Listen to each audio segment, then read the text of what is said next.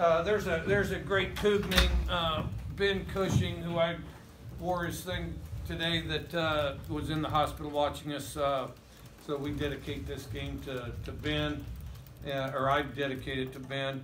And we're great Coug watched us, and hope you enjoyed the game.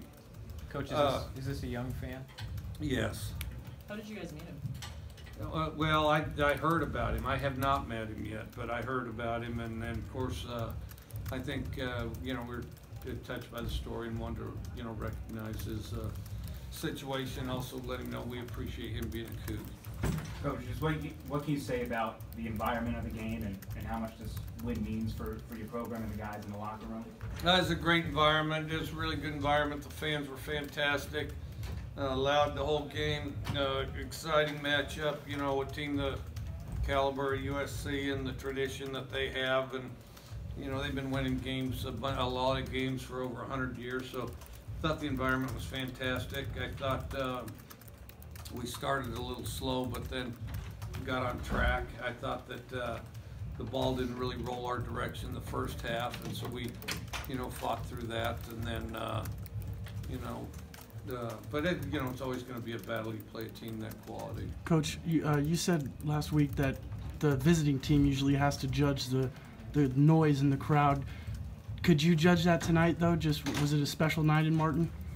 I think it was pretty loud. I mean, I guess it broke the attendance record or something, and everybody's loud the whole game. And this is a type of game where people are loud the whole game because it's back and forth the whole time, Like that last play before the half when you guys scored, it was 4th down. Luke came out.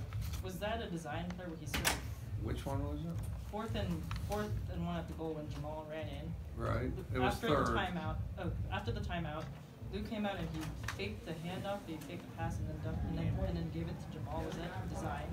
I'm trying to think. I'm not sure which one you're talking about, but right before the half when you guys scored. Oh no, that was designed. That entire play was designed. The debate was whether we were going to throw it or run it, but yeah.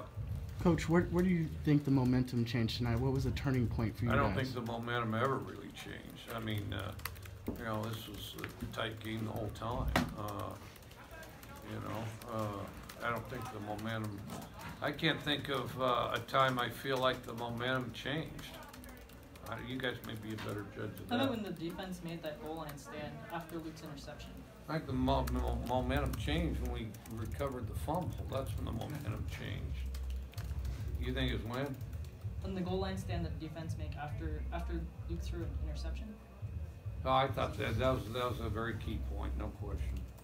What can you say about Jamal's play? Do you see that he was making explosives all about? Yeah, this was really a good game for him. Without seeing the film, I thought he really did a good job. The other thing is he brings a great deal of energy to the sideline, and people are just excited to be around Jamal. And in a situation like this where he's excited and loose and all that, I think it rubbed off on other guys. And then of course he played real well. It says here he had 91 yards rushing, so that's pretty good. And then had 5 receptions. So yeah, he had a good day, almost 150 yards. What can you say of Jihad Woods? I mean, the fact that he made that final strip at the end. Well, he's been a good player around here for a long time. He's sort of a quiet guy, he doesn't say much, but he's always hit. He's always hit a ton.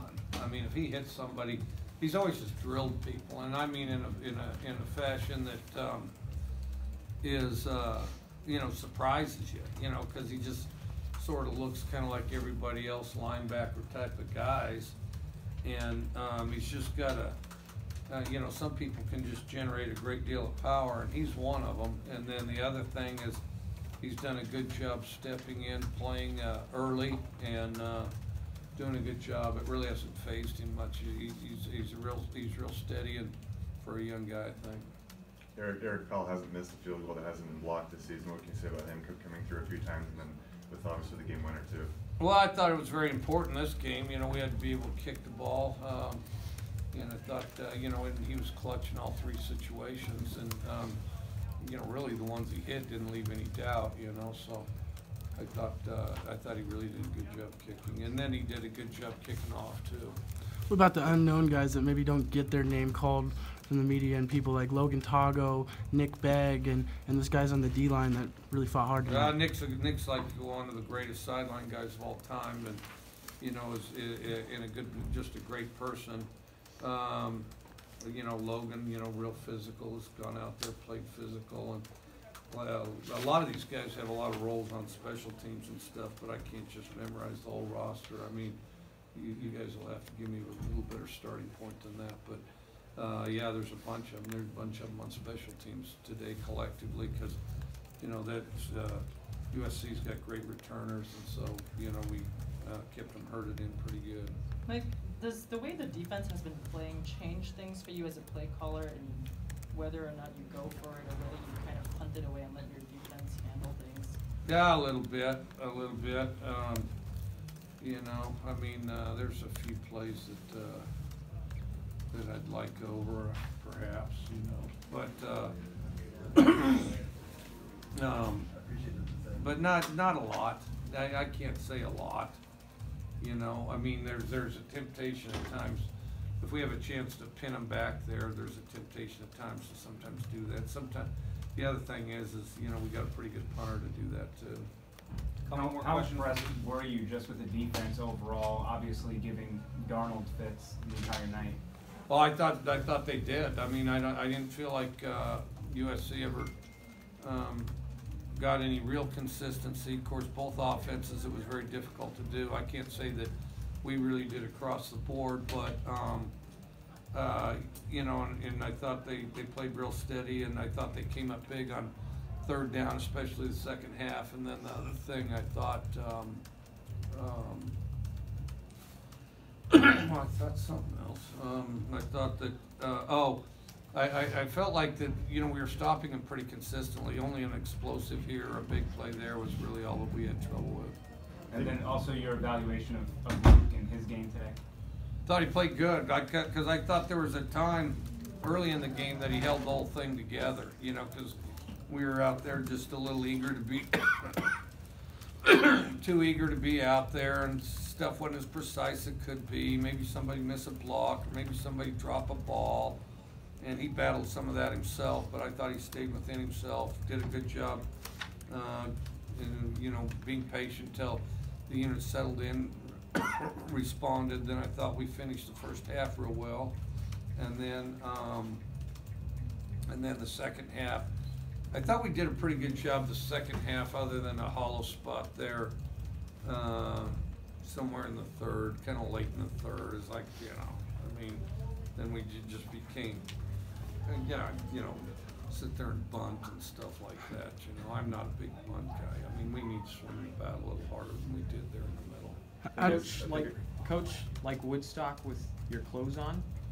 Yeah, that's the first thing that hit me. It's kind of like where you do the dot thing, where I wish I'd invented that, where the guy does just the paint on the dots. So what does this remind you of? Of course, everybody knows what everything reminds you of. Sigmund Freud taught everybody that. But the thing is all I saw out there was a mob of people. I saw a deal on the news thing, or it was photographs, famous photographs of Woodstock, the original Woodstock. There's just a mob of people out there, and the lady says, "Well, what do you see out there right now? What does this remind you of anything?" First thing hit my head was Woodstock, because I'd seen those photographs a day or two ago, and there's just a mob of people out there. And then the other thing was the adjustment. They put me on the headphone because they couldn't make their way out of the mosh pit, and so they stayed out there. And well, that's how I saw it at the time. Two more for Coach. Coach, how does this compare to some? Plus, I need a haircut too, so that's even kind of weird stuff. How does this compare to some of the big games that you've won in your career? I mean, is this up there? Yeah, it's up there, but you know, you don't have any time to really, you know, I'll enjoy it tonight. I mean, it's exciting. I'll enjoy it tonight. I'll probably enjoy it a little bit in the off season, but you know, we play a great team next week too. Last one for Coach. Is it tough to kind of get the guys to calm down and move on after a big win like this? You know, it shouldn't be. I hope it isn't. I mean, if it is, then you're just trading one for the other. You know what I mean? I mean, you know, if you don't get your feet back on the ground, then you're just trading one game for the next game. You know, if you're not mentally right for the next game, then yeah, this was a big one, and the other one, you know, you let yourself down. So we'll see how tough we are, I guess. All right, thank you. Thanks, Luke will Coach. be Thanks, right in. Coach. All right.